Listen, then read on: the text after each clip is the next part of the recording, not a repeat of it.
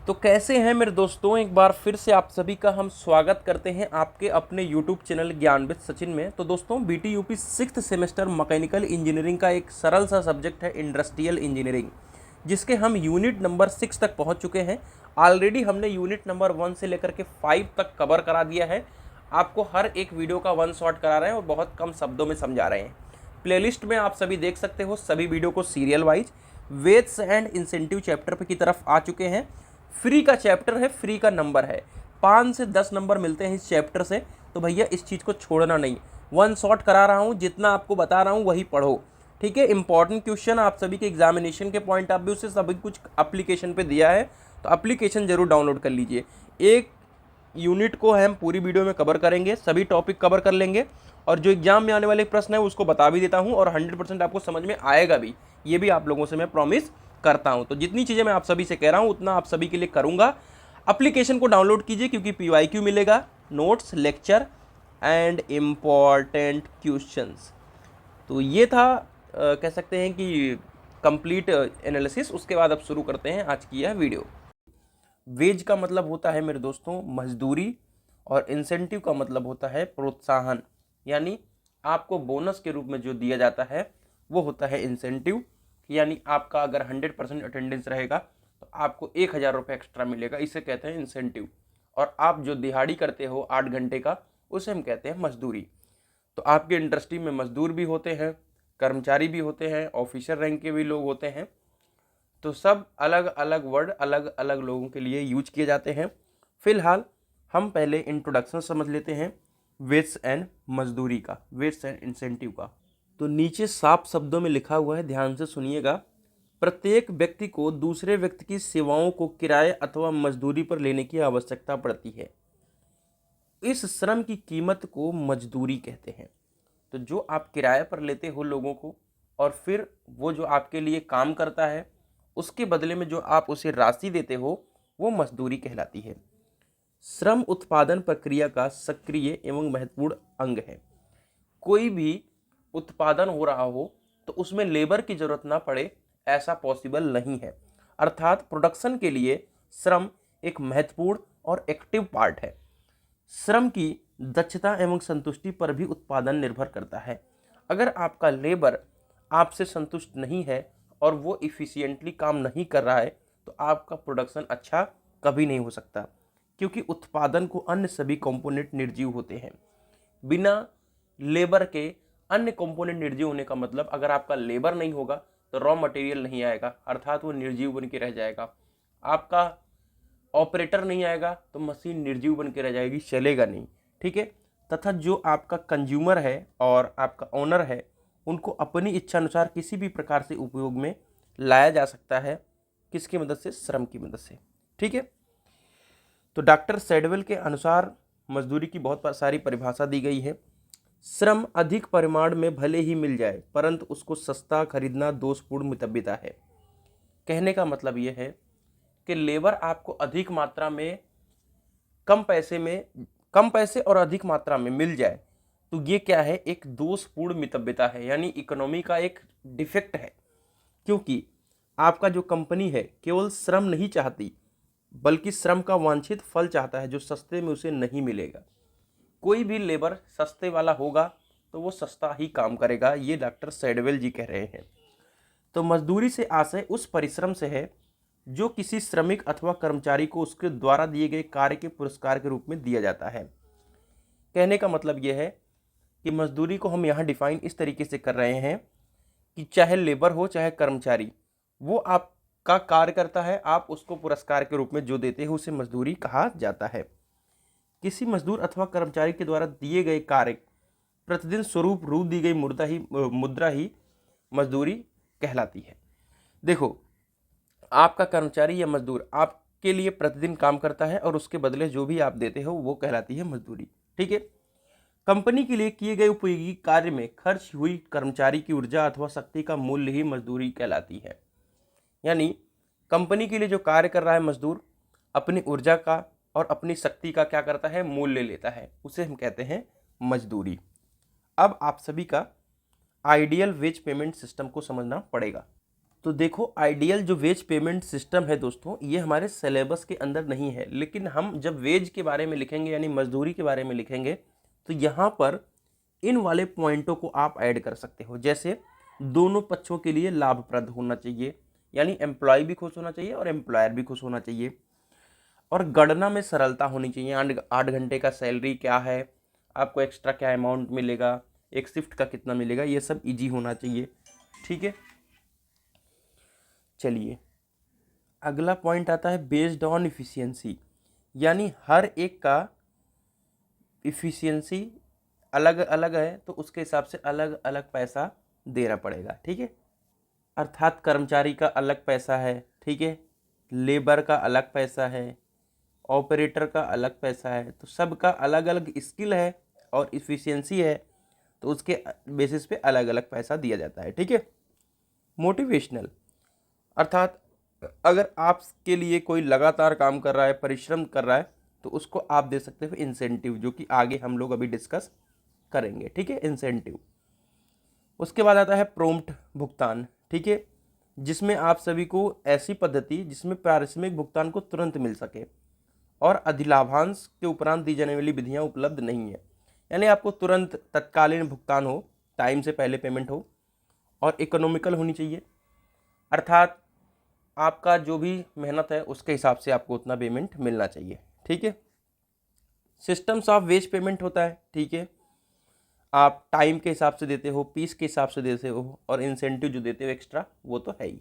ठीक है, अब टाइम रेट सिस्टम ये वगैरह हम चीज़ को नहीं पढ़ना है हम लोग को, तो चलिए आगे बढ़ते हैं। ठीक है, टाइम रेट सिस्टम को नहीं पढ़ना है, पीस रेट सिस्टम को नहीं पढ़ना है। ठीक है, हमारे सिलेबस के अंदर ऐसा कुछ नहीं है, इंसेंटिव स्कीम है। ठीक है, चलिए तो इंसेंटिव स्कीम को हम समझते हैं। ठीक है, देखो कोई भी मालिक है वो मजदूरों से कम पेमेंट दे करके क्या करना चाहता है, ज़्यादा से ज़्यादा काम लेना चाहता है, और मजदूर क्या करते हैं, कम से कम काम करके ज़्यादा से ज़्यादा धन अर्जित करना चाहते हैं। ठीक है, मजदूरों में काम की इस बढ़ती हुई अनिच्छा को निष्फल करने के लिए एक ऐसा वातावरण बनाना पड़ता है जिसमें मजदूर एवं कर्मचारियों में पूर्ण शक्ति के साथ कार्य करने की भावना प्रेरित हो सके।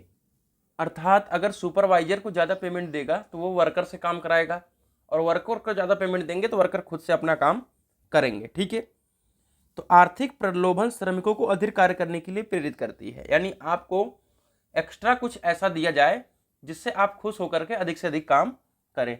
ठीक है, तो आइए इंसेंटिव की आ गई है डेफिनेशन, ऐसी चीज जो मजदूरों के बीच शारीरिक अथवा मानसिक अथवा दो के प्रयास से अधिक कुशलता एवं तीव्र से कार्य करने की भावना प्रदान करे। यानी आपने ऐसी इंसेंटिव दी, ऐसी प्रलोभन दिया कि आप शारीरिक और मानसिक तौर पे खुश हो गए और शारीरिक तौर पे काम कर रहे हो। ठीक है, अतः यह स्पष्ट है कि प्रेरणा का सीधा संबंध किसी विशेष लाभ की प्रत्याशा से है जो अधिक कार्य करने पर उपलब्ध होता है। अधिक कार्य करोगे तो आपको अधिक पैसा मिलेगा, और ये एक प्रलोभन है जिसे हम कहते हैं इंसेंटिव। ठीक है, तो पर्पस तो आपको समझ में आ चुका होगा, और प्रलोभन या प्रेरणा का मुख्य लक्ष्य मालिकों और मजदूरों को अच्छी तथा सुधरी हुई हालातों की गारंटी देना है तथा इसके फलस्वरूप प्रोडक्टिविटी बढ़ाना है। यानी आप क्या करते हैं, काम की हालात अच्छी हो जाए और प्रोडक्टिविटी बढ़ जाए, इसलिए मजदूरों को थोड़ा पैसा बढ़ा कर दिया जाता है। प्रोडक्टिविटी बढ़ाने का आशा है कि कम से कम इनपुट डालकर अधिक से अधिक आउटपुट प्राप्त किया जाए, यानी आपसे 1000 रुपये दे करके 5000 का काम करवा लेना। ठीक है, अतः इंसेंटिव एक प्रकार का अग्रिम लालच है जो मजदूरों को उत्पादन बढ़ाने के लिए दिया जाता है, जिससे मजदूर उपलब्ध कार्य दशाओं में अधिक उत्पादन कर सके। इंडस्ट्री में ऐसा होने लगा तभी इसको सिलेबस के अंदर डाला गया है, वरना नहीं डाला जाता। ठीक है, तो general principle of incentive schemes, क्या क्या जनरल प्रिंसिपल हो सकते हैं इंसेंटिव के, तो आइए एक एक लाइन को हम समझ लेते हैं बहुत आराम से। ठीक है, तो कोई भी इंसेंटिव प्लान काफ़ी सोच समझ करके बनाई जानी चाहिए तथा सही ढंग से उन लोगों को समझाई जानी चाहिए जिनके लिए यह बनाई गई है। ठीक है, तो जिसके लिए यह इंसेंटिव स्कीम बनाई जाती है कम से कम उसको अच्छी तरीके से ये चीज़ समझ में आ जाए, तो इसके लिए इंसेंटिव स्कीम अप्लाई की जाती है। ठीक है, ये बात तो क्लियर हो गई। चलिए, तो समय समय पर प्रलोभन की जो दर है उसमें संशोधन होते रहना चाहिए। ऐसा नहीं है कि आप 10 साल पहले भी वही दे रहे थे और आज भी वही पैसा दे रहे हो। ठीक है, तो समय समय पर क्या होना चाहिए, जो भी आपका इंसेंटिव है वो उसकी दर में क्या होना चाहिए, संशोधन होना चाहिए। और जो भी सिस्टम होना चाहिए वो श्रमिकों द्वारा सर्वमान्य होनी चाहिए, यानी सभी श्रमिक को पसंद आनी चाहिए। ठीक है। स्टैंडर्ड निर्धारण सावधानी पूर्वक किए जाने चाहिए, जिसको साधारण श्रमिक भी आसानी से पूरा कर लें। ऐसा नहीं है कि आप ऐसा कोई स्टैंडर्ड बना दो जो कोई पूरा ही नहीं कर पाया और इंसेंटिव के लालच में वो कंपनी छोड़ दे। ठीक है। अधिकारी वर्ग प्रेरणा पद्धति को अच्छी तरह समझते हो, जिससे श्रमिक अत्यधिक लाभवान्वित हो, यानी आपका लाभ भी हो और श्रमिक अपना काम भी अच्छी तरीके से करें, तो ये हमारा प्रेरणा होना चाहिए। ठीक है। फॉर्म्स ऑफ इंसेंटिव, ठीक है, मैं देख लेता हूँ एक बार। अब इस टॉपिक को शुरू करने से पहले अभी मैंने वेज बताया, ठीक है, वेज आपको बताया, ध्यान से सुनिएगा। तो आपके जो सिलेबस के अंदर लिखा है वो आपका लिखा रहता है वेज पेमेंट फॉर डायरेक्ट और इनडायरेक्ट लेबर। ठीक है। तो वेज पेमेंट का जो मेथड बताया, जो आपका डायरेक्ट लेबर लिख के आए या इनडायरेक्ट लेबर लिख के आए, आपको वही सारा मैटर उसके अंदर डालना है। ठीक है। ये था ऊपर वाले टॉपिक के लिए। अब दूसरा जो हमारा टॉपिक आएगा इसके अंदर वो आएगा इंसेंटिव। ठीक है। दूसरा क्या आएगा, इंसेंटिव। तो आपसे कहेगा कि इंसेंटिव, पहले तो आपने इंसेंटिव के बारे में समझ लिया। ठीक है। अब आपका कहेगा various incentive plan, various incentive plan. अब इसी में एक चीज और लिख देता है, इनडायरेक्ट लेबर। ठीक है। इनडायरेक्ट लेबर, यही दो टॉपिक है आपके अंदर, एक वेज और एक इंसेंटिव। तो आप सभी को ये जो मैं टॉपिक पढ़ा रहा हूँ फॉर्म्स ऑफ इंसेंटिव, यही इसके अंदर आपको मैटर डालना है। तो इसके अंदर दो तरीके का फॉर्म है। ठीक है। देखो, इंसेंटिव प्लान्स के बारे में तो कहता है, लेकिन आपको एक या दो प्लान ही पढ़ना है बस, उतने में ही आपका पूरा काम बन जाएगा। ऐसा नहीं कि उनके 15 प्लान है तो 15 प्लान आप रटते जाओ। अगर प्लान डिसाइड किया होता था कि ये प्लान पढ़ना है तो ठीक है, वरना इतने प्लान है तो क्या पढ़ना जरूरत है। ठीक है। क्लियर बात है। चलिए, तो नॉन फाइनेंशियल इंसेंटिव और फाइनेंशियल इंसेंटिव दो तरीके का होता है, यानी एक आपको पैसा मिलेगा और एक आपको हो सकता है छुट्टी मिले या कुछ और मिले। ठीक है। तो आइए, नॉन फाइनेंशियल इंसेंटिव के रूप में क्या होता है। ठीक है। इसमें क्या होता है कि प्रत्यक्ष रूप से नगद भुगतान नहीं होता, लेकिन इसमें मजदूर के रहन सहन के स्तर में सुधार, मालिक और मजदूर के बीच घनिष्ठ संबंध होते हैं। जैसे आपको रूम किराए पर जो था उसको फ्री कर दिया उन्होंने, या आपका खाने का सुबह शाम का सिस्टम फ्री कर दिया है ना, तो ये सब नॉन फाइनेंशियल में आ जाता है तो एक तरीके से फाइनेंशियल, लेकिन आपके लाइफ स्टाइल के ऊपर खर्च कर रहे हैं। जैसे रोजगार स्थायित्व, इस आपको प्रमोशन मिल गया। ठीक है। अच्छा प्रमोशन मिल गया, अधिकारियों से आपका अच्छा व्यवहार है, आपको कंपनी में कोई झगड़ा झंझट नहीं करेगा, न्याय रहेगा, आपको लीडर बना दिया कंपनी के अंदर। ठीक है। तो आपको काम कम करना पड़ रहा है। ठीक है। अब आता है हमारा फाइनेंशियल इंसेंटिव। अब देखो यार, ये टोटल थ्योरी है, लीडर के बारे में लिखना आसान है, न्याय के बारे में लिखना आसान है। ठीक है। अधिकारियों से अच्छा व्यवहार के बारे में, प्रमोशन के बारे में लिखना आसान है, तो फिर इसके बारे में डिस्कस करके कोई मतलब निकलता नहीं है। इसके लिए नोट्स दिया गया, लेकिन आप लोगों की डिमांड थी कि भाई वीडियो बनाओ। मैंने कहा डेफिनेटली वीडियो बनाएंगे, थोड़ा चीज़ों को समझाते हुए चलेंगे जिससे आपको कोई भी दिक्कत ना आए। ठीक है। अब आता है फाइनेंशियल इंसेंटिव। अब कोई अंधा बच्चा भी होगा हमारा पॉलिटेक्निक का, वो भी जान जाएगा कि इसके अंदर आपको पैसा मिलेगा। मुद्रा या धन के रूप में मिलने वाली प्रेरणा क्या कहलाती है, फाइनेंशियल इंसेंटिव। ठीक है। यह धन अथवा मुद्रा उत्पादन के समानुपात में ही दिया जाता है, यानी आपकी सैलरी के हिसाब से दिया जाता है। ऐसा नहीं है कि सैलरी से अलग, सैलरी से डिसाइड होता है। अर्थात स्टैंडर्ड उत्पादन और पूर्व निर्धारित उत्पादन के कार्य के अतिरिक्त श्रमिक जो भी अतिरिक्त उत्पादन करवाता है, ठीक है, जिससे 8 घंटे के अंदर आपने जो काम करना था, आपके 8 घंटे का कोटा पूरा करने के बाद जो एक्स्ट्रा आपने काम किया, उसके बदले में उसे धन प्रदान किया जाता है। श्रमिक इस प्रकार की प्रोडक्ट को ज़्यादा पसंद करते हैं क्योंकि उन्हें अपने किए हुए अतिरिक्त कार्य का फल नगद धन के रूप में मिल जाता है, जिससे वो अपनी समस्त आवश्यकताओं की पूर्ति कर सकते हैं। तो वित्तीय प्रेरणा बोनस के आधार पर वेस्ट को रोकने के लिए और न्यूनतम मजदूरी के आश्वासन पर हो सकती है, यानी आप अधिक से अधिक काम भी करा लो और पैसा भी कम लगे। ठीक है। तो ये कई तरीके के प्लान हैं, जैसे वेयर पद्धति, रोमन्स प्लान, आपका हेल्स पद्धति, हेल्सी पद्धति, गैंट पद्धति, टेलर्स, इमर्जन। तो हम दो तरीके के प्लान को समझाने वाले हैं, एक रोमन्स प्लान और एक इमर्जेंस प्लान। ये दो सबसे ज़्यादा इंपॉर्टेंट प्लान है, इन्हीं को पढ़ना है और जब एग्जाम में आएगा तो इन्हीं को लिखना है, ज़्यादा परेशान नहीं होना है। ठीक है। चलिए, तो ये आ गया आपका रोवंस प्लान। ठीक है, इसको आप लोग समझ लीजिए बस। तो इस रोवंस प्लान को अगर ठेठ में समझे हम, ठीक है, इसको ठेठ में अगर हम समझ लें, ठीक है, तो आप सभी ये समझो कि आपको किसी भी टाइम यानी 8 घंटे के अंदर कोई काम करना होता है। ठीक है, आपने क्या किया कि 7 घंटे में ही काम कर लिया, यानी बचाया हुआ टाइम और अपान में क्या होता है, जितना लगा हुआ टाइम है। ठीक है, ये चीज़ तो आपको स्टैंडर्ड टाइम और जो आपने एक्चुअल काम किया उसके आधार पे इन्होंने क्या किया है, आपका बोनस तैयार किया है, यानी पैसा आपका तैयार किया है। तो आपका डिस्कशन कर लेते हैं फॉर्मूला का भी। चलिए, यह पद्धति पिछली पद्धतियों का क्या है, सुधारात्मक रूप है। इसमें बोनस निश्चित करने की विधि अलग है। इसमें समय की बचत को अनुभव मानक समय के प्रतिशत के रूप में व्यक्त किया जाता है, यानी आपने कितना समय बचाया वो उसके हिसाब से आपको पैसा मिलेगा। और प्रति घंटे देय दर को उतने ही प्रतिशत से बढ़ा दिया जाता है, जिससे कुल देय पारिश्रमिक कार्य के कुल घंटों और बढ़ी हुई वेतन दर प्रति घंटा के गुणनफल के बराबर होती है। कहने का मतलब यह है कि आपका बोनस निकलेगा कितना आपने बचाया टाइम, और फिर आपने मान लो 1 घंटा टाइम बचा लिया, टोटल प्रमाण आपका एक्चुअल जो स्टैंडर्ड टाइम था वो 8 घंटे था।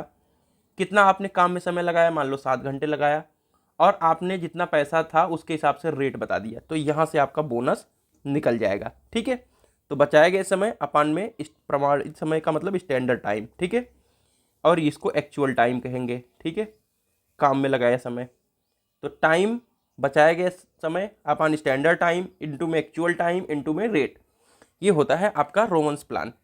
ठीक है, तो कुल आपका जो भी घंटा है और फिर जो आपका दर बढ़ेगा उसके हिसाब से आपको सैलरी मिलेगी।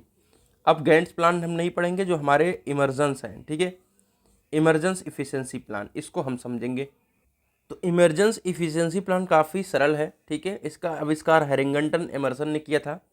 इसमें भी जो बोनस है वो श्रमिक की इफिशियंसी पर निर्भर करता है, यानी काम जल्दी करोगे तो आपको ज़्यादा पैसा मिलेगा। ठीक है, इस योजना में यंत्रों का मानकीकरण कर दिया जाता है, यानी स्टैंडर्ड टाइम डिसाइड कर दिया जाता है। ठीक है, तथा सबसे कुशल एवं दक्ष श्रमिक की उत्पादनशीलता मालूम कर ली जाती है। यानी स्टैंडर्ड टाइम कैसे डिसाइड होगा, कोई सबसे इफिशियंट श्रमिक होगा उसके अकॉर्डिंग टाइम डिसाइड हो जाएगा।